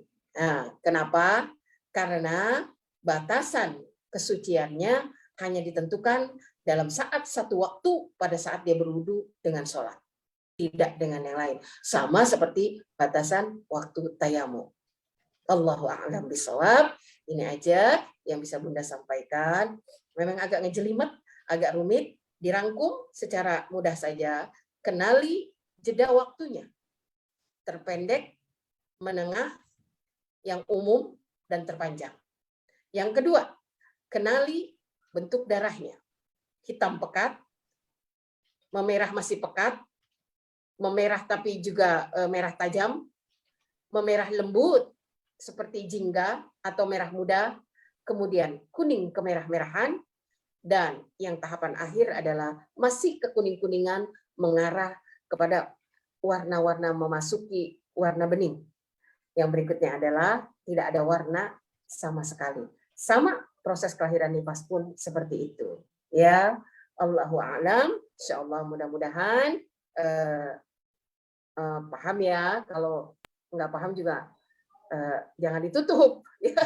Jangan dipaksakan, ya, karena bisa jadi nanti pada kesempatan berikutnya, aduh, keliru ya. Tadi di ruang chat sudah ada pertanyaan, nanti kita perdalam lagi melalui media pertanyaan. Ya, silakan Bunda Siti. Alhamdulillah, insya Allah mudah-mudahan dikit ya, tapi adalah ya bayangan gitu seperti itu. Berikan kesempatan yang sudah raise hand ya, Ibu Opi. Baik. Demikian pemaparan materi hukum dan macam-macam darah perempuan. Sungguh luar biasa apa yang sudah dijelaskan oleh Ummina Ustadzah Dr. Handayati Priyati, MA, ini bisa memberi motivasi kepada diri kita semua untuk senantiasa rajin dan giat belajar tentang fikih ibadah ini. Kami ucapkan terima kasih kepada Umina Ustadzah Dr. Handayati Priyati atas ilmu yang sangat bermanfaat ini. Semoga ini dapat menambah wawasan kita dan yang terpenting dapat diamalkan dalam kehidupan sehari-hari. Selanjutnya, seperti biasa, akan diteruskan dengan sesi tanya jawab. Di chat sudah ada 8 pertanyaan, cuma pesan dari Bunda Eri tadi diutamakan yang raise hand, padahal di chat sudah banyak nih Bunda. Monggo, apa satu-satu dulu yang raise hand dulu Ustadzah, apa bagaimana? Silakan kalau sudah ada. Ya, kita bacakan dulu ya. Ya, sambil menunggu. Pertama dari Bunda Luh Putu ya. Assalamualaikum Ustadzah, tolong penjelasan bagaimana dengan wanita yang mendapat menstruasi 2 kali dalam sebulan, Bunda. Berarti ini materi sebelumnya. Ya, Bunda Luh Putu ini dapat men 2 kali dalam sebulan. Mohon pencerahannya Ustadzah. Oke, satu dulu ya. Apa sekaligus Ustadzah pertanyaannya dibacakan? Ya, silakan Bunda, satu lagi ya. Satu lagi nggih. Yang kedua dari Bunda Absa. Pertanyaannya, warna krem kecoklatan apakah masih disebut nifas? Tadi sudah sangat jelas ya Bunda Bunda sampaikan. Nah, kecoklatan itu keluar dari hari ke-50 sampai dengan hari ke-62. Nah, Bunda Absa ini minta status darah itu. Apa darah nifas, apa darah istikhadah mungkin. Terima kasih sudah. Ini 2 pertanyaan yang ada di chat room. Masih apa 2 dulu ini Ustadzah? Iya, 2 dulu dah ya. 2 dulu, iya. Nih Mbak Luh Putu yang muncul. Ya, baik, saya jawab pertanyaan yang pertama. Ini pembahasan bulan lalu, tapi nggak apa-apa karena ini pertanyaan wajib kita jawab ya. Umumnya, normalnya haid itu kan 1 bulan 1 kali. Tapi sebagaimana tadi saya katakan, ada beberapa perempuan yang mengalami pengecualian karena hormon itu berbeda-beda. Bisa jadi karena beban pikiran, kelelahan, ya fisik maupun psikis itu sangat berpengaruh. Nah, pengaruh hormonal ini. Yang kedua, punten mohon maaf sekali ini kontrasepsi. Ya, ini kontrasepsi juga sangat-sangat. Iya, saya mengalami betul. Ya, bukannya nggak boleh kontrasepsi, tapi ini tanzimun nasl boleh, ada yang dibolehkan oleh Majelis Ulama ya. Ya, yaitu mengatur proses kelahiran. Boleh pakai kontrasepsi tapi jangan yang memutuskan ya, yang mengatur ya. Jadi boleh pakai apa? Pakai IUD, pakai pil ya, boleh. Tapi punten, tidak semua tubuh perempuan mampu merespon. Makanya ada perempuan yang mohon-mohon banget sama suaminya, tolong apa kamu yang KB gitu. Makanya inilah derita perempuan, dia yang sakit, dia yang harus ngatur. Nah, Ibu, kelemahan kita, hormon kita itu salah satunya dengan alat kontrasepsi. Ya, jadi kalau sebab haidnya ibu ini adalah sebulan 2 kali disebabkan karena beban pikiran, kelelahan fisik, itu nggak masalah karena nanti bulan berikutnya juga akan normal kembali kalau ibu sudah sehat gitu. Tapi kalau karena kontrasepsi saya anjurkan sebaiknya kontrol kembali. Itu saya alami begitu saya nggak ber-KB ya. Alhamdulillah sehat walafiat. Dulu itu Allah Rabbuna puasa juga sampai rasanya ya Allah mungkin hanya 3 hari kali saya puasa gitu ya. Tapi setelah saya ber-KB dengan doa kiai aja udah selesai alhamdulillah. Nah, jadi Ibu, kalau Ibu yakini, nah kembali lagi al-yaqinu la yudalu bisyak. Keyakinan itu nggak akan rusak dengan keyakinan. Dan Ibu yang punya diri, Ibu tahu ini adalah haid sebagaimana saya mengamati anak saya. Dia berkata, "Ma, ini haid, Ma." Jadi haid lagi. Sebenarnya mungkin tidak 2 bulan. Ya, tempo yang pertama haidnya di akhir bulan. Ya, di akhir bulan, di tanggal 26 ke bawah. Jadi karena waktunya itu 7 hari, jadi dia masuk sampai ke awal bulan, sehingga terjadi perubahan masuk jadwal. Nah, di bulan yang berikutnya itu bukan di akhir, tapi di awal, sehingga hanya jeda berapa hari belumlah rasanya badan ini selesai terkena haid yang pertama sudah datang lagi. Sebetulnya itu Ibu tidak 2 kali, 1 kali. 1 kali, hanya berubah, siklusnya berubah. Nah, maka kita mesti tahu diri. Makanya cerdas dalam menyikapi keluarnya darah kita. Berarti, ya saya sampai sekarang ini ngamatin. Kamu tuh tidak sebulan 2 kali, nak. Kemarin kamu haid di akhir. Sekarang kamu dapat di awal. Jadi kesannya 2 kali. Kalaupun ia memang 2 kali, Ibu, bisa jadi itu karena pengaruh tadi fisik dan psikis. Yang kedua, pengaruh kontrasepsi. Mohon maaf, kontrasepsi ini juga bisa menjadikan pendarahan hingga kita menyandang status mustahabah. Orang yang menderita darah istihabah. Nah, ini mesti hati-hati. Jadi Ibu, bagaimana? Lakukan hal-hal yang wajib dilakukan sebagai seorang perempuan yang haid. Tinggalkan yang wajib ditinggalkan, lakukan yang menjadi kesunahan. Segerakan yang menjadi kewajiban untuk menyegerakannya. Nah, baik ya. Ini pertanyaan yang pertama. Nah, pertanyaan yang kedua, kecoklatan kayak kerudung saya ini. Jadi, kalau dia masih sampai 60 hari masih coklat, stop Ibu. Ya. 60 hari itu sudah batas waktu terpanjang. 60 hari waktu malam, pagi, mandi, laksanakan sholat. Mulai hari itu. Berarti plus coklat di hari yang ke-61 dan seterusnya, itu bukan lagi darah nifas. Apa itu darahnya Ustazah? Bisa jadi itu masih proses darah adaptasi antara nifas menuju waktu normal. Iya, adaptasi darah haid pasca nifas. Nah, itu kemungkinan-kemungkinan yang terjadi. Tapi kalau menghitung perhitungan fikih, mazhab manapun, untuk kewajiban ibadah, kita sudah wajib melaksanakan ibadah. Ya, jadi coklat kalau masih 30 hari masih nifas. Coklat kalau masih 54 hari masih nifas. Tapi coklat kalau sudah 60 hari sampai 61, 62 itu silver queen kali. Ya, baik ya, sekedar intermezzo saja. Ya, baik Ibu, itu sudah. Baik, Umina. Ini pertanyaan ketiga dari Bunda Yani. Assalamualaikum, Afan, Umi, saya mau tanya, apa benar ketika kita melahirkan urat-urat kita kembali muda? Dan setelah nifas 40 hari, saya haid. Haidnya selang 2 bulan, baru dapat haid. Umi, kenapa demikian ya Umi, katanya. Jadi baru dapat haidnya setelah 2 bulan itu Umi. Ya, itu tadi saya katakan. Yang normal ya Mi ya? Iya, ada perempuan yang begini. Saya ini jangan-jangan hamil lagi, padahal saya lagi menyusui. Kan kayak gitu. Kenapa? Saya dari haid, ya Ustazah begitu ya. Saya dari haid ini, dari melahirkan ini enggak haid, gitu kan. Karena kalau kata Umi almarhumah, KB-nya orang perempuan itu nyusuin. KB-nya orang perempuan yang melahirkan tuh nyusuin gitu ya. Iya, karena hormonnya lagi tercurah di dada. Jadi darah ininya headnya itu tidak keluar. Nah, itu pengaruh apa? Di awal saya sudah kemukakan Bu, masing-masing tubuh punya hormon yang berbeda, Masya Allah ya.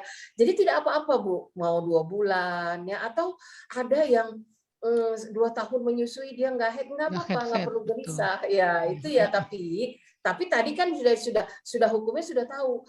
Jeda, hati-hati juga, jangan-jangan selisih antara kita nifas dengan haid itu hanya 2 hari. Kalau hormonnya masih bagus, ya setelah itu langsung haid. Nah gitu. Terus gimana Umi? Bisa jadi ada ibu-ibu yang takut gini, kalau gitu nanti begitu berhenti haid saya mau langsung suntik KB. Kenapa? Karena biasanya habis haid itu masa subur, kan gitu. Ya.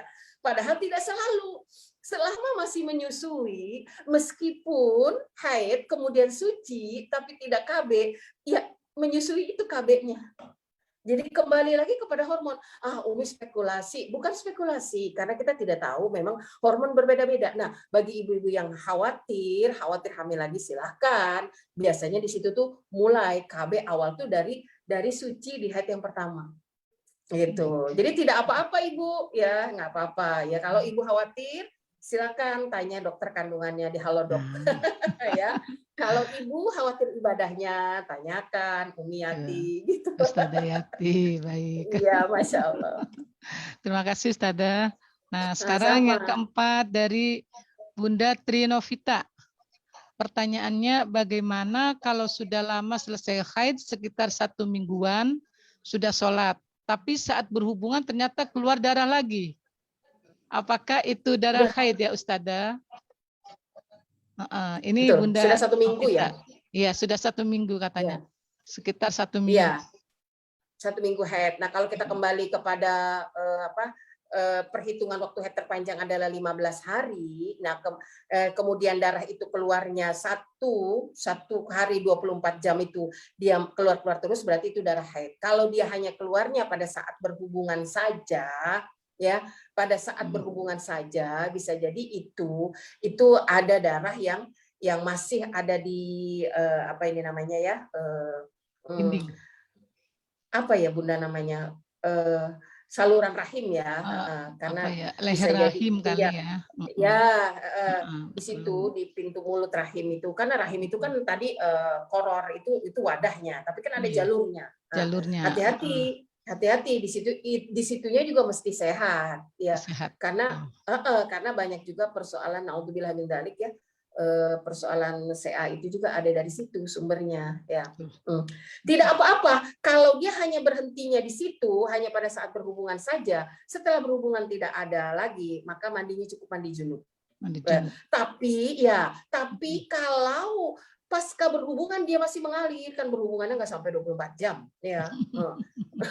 Mohon maaf ya, setelah berhubungan dia masih ya itu berarti ya darah haid ya. Jadi ya diawali kalau mandi junub kan yang solehah harus menyegerakan.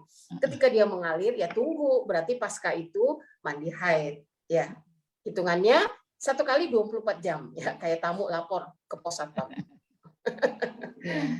Baik Ustadzah, ini senada juga nih dari Bunda Fitria Maitis nih. Ustadzah izin bertanya, jika hari kita merasa sudah bersih dan langsung sholat dan berhubungan sama suami, tapi di waktu duhur ada lagi bercak di celana dalamnya. Gimana itu Ustadzah? Apa kita nggak usah sholat duhur? Atau itu bukan tergolong darah, cuma bercak aja? Berarti kayak tadi Ustadzah, keluarnya setelah berhubungan.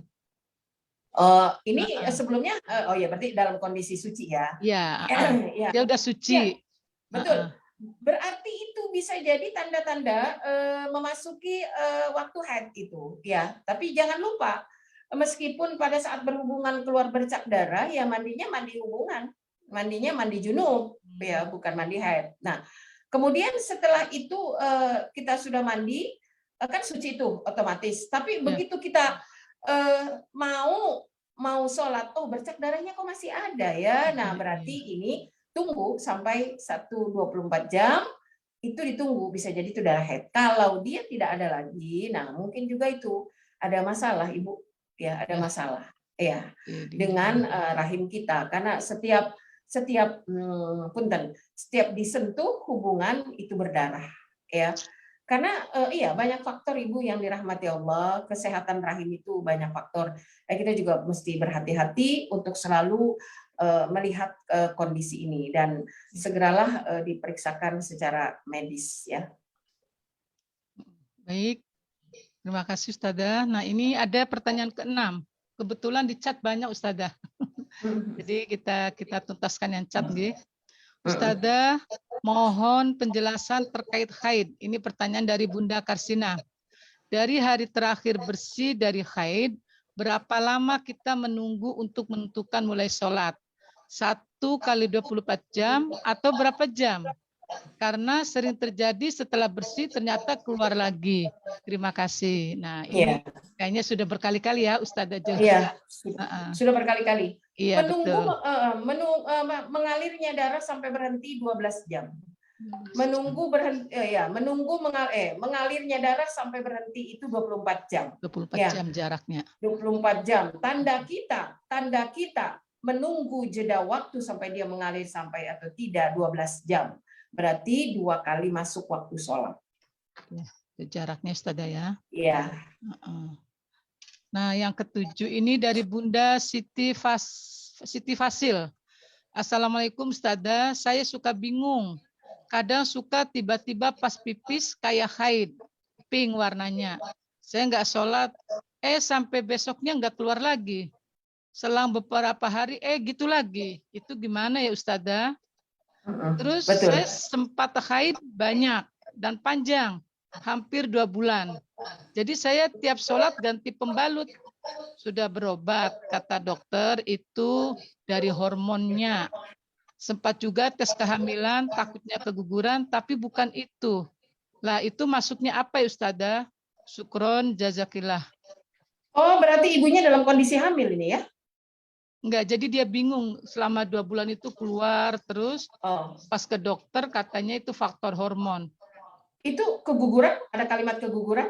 Ya, cuma dia sendiri takutnya dia lagi hamil terus keguguran gitu Ustazah. Oh, Jadi iya, pikiran iya. beliaunya ini bagaimana Ustazah? Ya, baik. Ini yang dipikirkan hanya perkara ibadahnya ya, ibadah Ibadah, kita. iya. Ya. Jadi yang pertama sekali, ketika pipis keluar bercak darah, ya ditunggu Ya, sampai 12 jam. Nah, Kalau pada bercak cara darah itu, ya ketika bercak darah itu tidak keluar, maka mandi. Selang 2 hari kemudian darah itu keluar, tunggu sampai 24 jam. Kalau dia masih mengalir, berarti itu darah haid. Kalau dia berhenti, mandi lagi untuk menuju haid, untuk menuju suci. Ya, ya, seterusnya begitu. Sampai kapan? 2 bulan. Tidak ada haid 2 bulan. Jadi sampai Tidak 15 hari saja. Jadi bagaimana ketika 15 hari fenomenanya seperti itu? Ya begitu memang. Harus begitu. Harus begitu. Antara 12 jam, menunggu keluar lagi, 24 jam, 12 jam, dia keluar, ditunggu 24 jam, kalau dia mengalir berhenti, 24 jam berhenti, suci. Kalau ditunggu 12 jam dia nggak keluar, mandi. Begitu.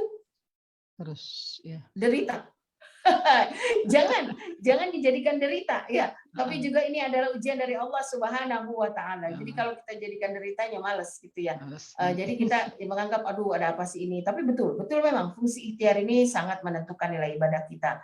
Itu makanya Allah Subhanahu wa taala ya memberikan keistimewaan pada kita. Dan ingat ibu-ibu ya, akhwat semua, begitu lagi sehat, begitu lagi normal ya, perbanyak sholat sunnahnya. Karena bisa jadi kemarin ini kita banyak yang rusak, ya. Banyak yang lalai karena pengaruh ini, karena pengaruh darah di tubuh kita. Jadi kunci yang pertama adalah setiap darah yang keluar dari tubuh kita itu dikenali. Bercak yang dimaksud itu bercak seperti apa? Kalau bercaknya kehitam-hitaman dan bentuknya mengental maksud saya sampai begini Bu, jari saya sampai kayak ini. Suka ada tuh lendir kayak gitu ya. Nah, diambil aja punya sendiri ini, nggak beli lah ya. Diambil aja begini. Nah, kalau itu lagi hamil, nah ini pengantar nih, lepas mendekati kelahiran. Kalau ini dalam kondisi normal, bisa jadi ini awal-awal kita mau haid. Nah, kalau dia berlendir dan kehitaman, waspada dan hati-hati. Khawatirnya ini ada masalah dengan rahim kita, dengan tubuh kita, dengan alat kontrasepsi kita. Ini wajib juga sering dikontrol ya. Lakukan ikhtiar dengan minum obat secara medis ataupun minumlah apa-apalah gitu ya. Ya alhamdulillah Bunda Eri kan punya air yang dituangkan dengan Quran, dimasuki Bunda? Aduh, yang saya diberikan tanda. Iya, Masya Allah, alhamdulillah. Itu minum itu air putih ya. Yang dibacakan biogas. Iya, biogas. Kemudian dibacakan tilawah, dibacakan sholawat. Aduh, jazakillah khair Bunda. Setiap hari saya itu minumnya air itu. Stamina, Masya Allah. Allah berikan nikmat yang luar biasa dan berkah ya. Jadi akhwat, banyak minum air putih karena ini juga sangat pengaruh untuk organ-organ intim kita, dan jaga kebersihan organ intim kita. Dan kalau bersuci juga ini mesti diulang lagi, hati-hati. Gunakan jari-jari kita nih, perutnya ya yang lembut. Gunakan perutnya ya. Gunakan telunjuk ya. Gunakan jari tengah ya untuk menyentuh yang sensitif dari organ intim kita. Insyaallah mudah-mudahan Allah terima ya cara istinja kita dengan benar. Ustazah ini masih banyak ternyata di chat Ustazah. Nggak apa-apa. Dikasih kesempatan yang raise hand Ibu Opi itu satu orang kasihan. Ya silakan yang raise hand langsung. Bu Masada silakan. Bu Masada ya. Monggo Bu Masada. Terima kasih Ustazah. Assalamualaikum Bu. Umi Yati. Waalaikumsalam warahmatullahi wabarakatuh. Kebetulan kami sedang nifas nih, jadi pas Oh. banget. Oh, Masya Allah. Barakallah Ibu. Ya, baru 23 hari. Jadi begini Umi, kayaknya hormon saya pribadi itu 40 hari untuk selesai nifas. Tapi ada ketidaktahuan ilmu ya, waktu nifas pertama itu setelah 40 hari kan pasang IUD ya Umi ya. Setelah pasang IUD itu ternyata keluar darah lagi selama 15 hari, berarti 55 hari ya Umi ya. Apakah darah itu pengaruh kontrasepsi atau masuk darah nifas? Itu yang pertama Umi pertanyaannya. Kemudian yang kedua, kita sebagai anak muda nih Mi, biasanya nggak paham cara membuang darah haid itu ya di pembalut tuh Mi. Apakah itu harus dicuci atau dibuang tanpa dicuci? Itu aja sih Umi pertanyaannya. Terima kasih. Ya, Assalamualaikum. Masya Allah. Waalaikumsalam warahmatullah. Masya Allah ya, ini luar biasa ini langsung testimoni ya Allah ya Rabbana. Jadi kepingin melahirkan ya Bu Siti. Saya udah banyak, Umi udah 7. Allahu Akbar, alhamdulillah, berkah. Bunda Eri berapa, Bun? Bunda Eri berapa? Bunda Eri 4 ya? 2 kayaknya Bunda Eri. 2 ya? Oh iya, Iya. sama mau. Umi 2 nih, tapi udah pada besar semua. Baik, Ibu Ada kalau Ibu 5. Bunda Eri 5. Tuh, kata Bunda Siti tadi 2. Saya kenal 2 ya? Bunda. Betul. Kayaknya Bunda Eri ini alhamdulillah ya dibina semua 5-5-nya jadi ahlul Quran. Masya Allah. Begini, kalau Ibu masang IUD-nya itu sudah suci atau belum dari nifas waktu itu? Ya, tapi saya yakin pasang IUD-nya itu udah suci dari nifas, karena nggak mungkin lah IUD dipasang pada saat masih berdarah-darah, kan kayak gitu. Ya, jadi ketika dipasang IUD berdarah lagi, 2 kemungkinan, Ibu tidak lagi nifas di situ, karena Ibu sudah berani pasang IUD di situ ya, artinya Ibu sudah suci dan Ibu sudah paham betul berarti tempo waktunya Ibu adalah 30 hari memasuki 40 hari dan sudah suci karena sudah berani ber-KB melalui IUD. Berarti darah itu 2 kemungkinan. Itu adalah darah pengaruh kontrasepsi, ya. Yang kedua itu adalah darah haid. Nah, kalau orang memasang IUD, biasanya yang cocok itu memang haidnya itu sangat-sangat bagus. Yang cocok, maaf, yang cocok itu bagus. Nah, saya cenderung mengatakan bahwa darah yang keluar dari Ibu ini pasca memasang IUD itu adalah darah haid. Tapi ingat Ibu, ke depannya nanti wajib ditelaah berapa waktu yang berlangsungnya haid Ibu pasca pemasangan IUD. Kalau masih 15 hari kurang, itu haid. Kalau lebih 15 hari, Ibu wajib kontrol kembali IUD-nya. Mohon maaf, khawatirnya tidak cocok itu. Ya, tapi jadi jalani aja dulu Bu, jalani ya. Kalau saat bertanya ini baru seminggu pasang IUD-nya, terus nggak apa-apa. Itu bisa jadi masih haid sampai 15 hari. Kalau setelah 15 hari masih juga mengalir itu darah, ya itu bukan darah haid, itu bukan apalagi darah nifas. Itu sama sekali bukan darah nifas. Ya, berarti ada masalah dan Ibu masuk mustahadah, makanya harus ditindaklanjuti ya. Mungkin nanti diperiksa ulang pemasangannya atau mungkin ada saran seperti apa. Nah, pertanyaan yang kedua, betul. Ini anak-anak milenial kayak gini nih, aduh nih ya, buang pembalut sampai saya itu punten Bunda Siti, sampai waktu saya kecil itu saya belum haid, masih kecil. Ya zaman dulu tuh Bu Siti inget nggak? Rumah kita di belakang itu banyak tanah lapang yang dibuangin sampah. Ya betul. Ya. Masih Betawi banyak tanah luas. Iya, Betawi itu bilangnya Umi ngenalin perumputan gitu ya. Nah itu tuh buang sampah kayak itu. Sampai waktu itu saya bermain di situ, rupanya nggak jadi satu sama bekas sampah. Saya kira itu ada orang buang bayi. Karena pembalut itu segede bayi ya, maksud saya karena saya masih awam begitu.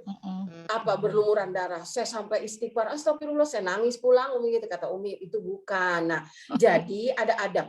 Ya, ada adab.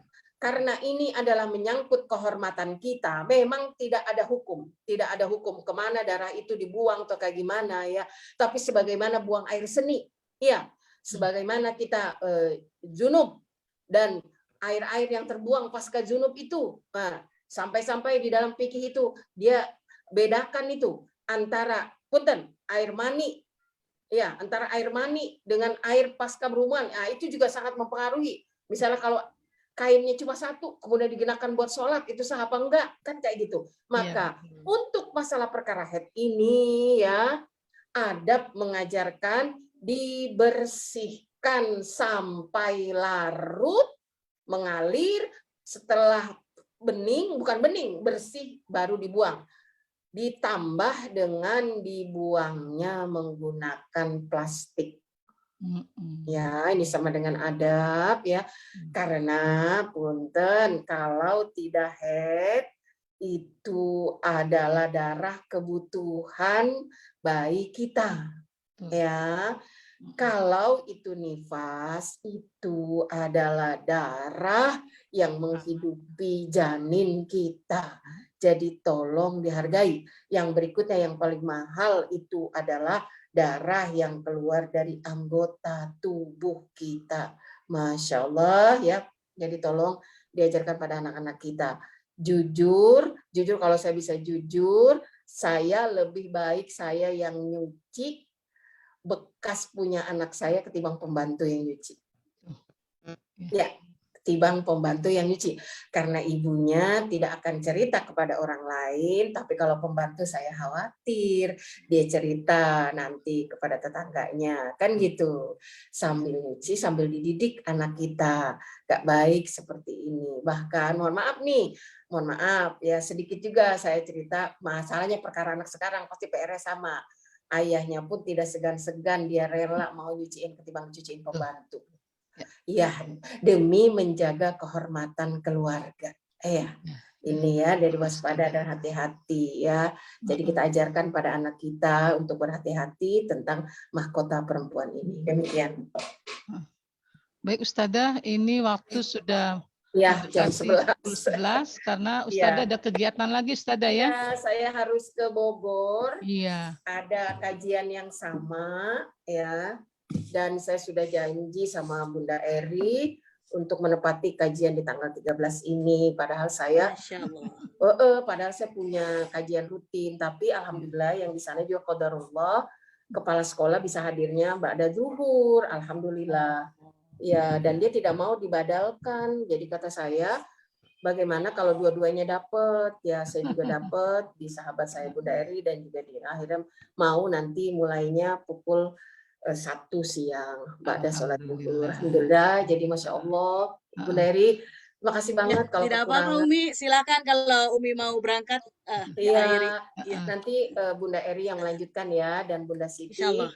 Kalau banyak yang kurang itu kebodohan saya. Kalau berkenan, subhanallah, karena ini dukungan dari Bunda Eri dan sahabat-sahabat semua yang soleh dan soleha. Adik-adik, masya Allah teruslah berusaha mengkaji. Silahkan mengkaji ilmu setinggi-tingginya, tapi jangan lupa fikihnya. Ya, jadi pesan guru-guru kita ngaji itu apa? Tahsin, ya, tilawah, tahsin, tafsir, fikih. Ya, itu modal. Dan semua ada di majelisnya Bunda Eri. Ada di Katimusku ini. Semuanya ada, Masya Allah. Bunda Eri tolong dikabarkan kalau ada kajian tafsir Yai Asin lagi. Insyaallah. Saya bergabung ya. Makasih Bunda Eri dan Bunda Siti dan adik-adik sekalian. Berjamaah ibu-ibu mohon pamit duluan. Hadamallahu wa iyyakum. Sampai jumpa kembali. Ila liqa fi amanillah. Wassalamualaikum warahmatullahi wabarakatuh.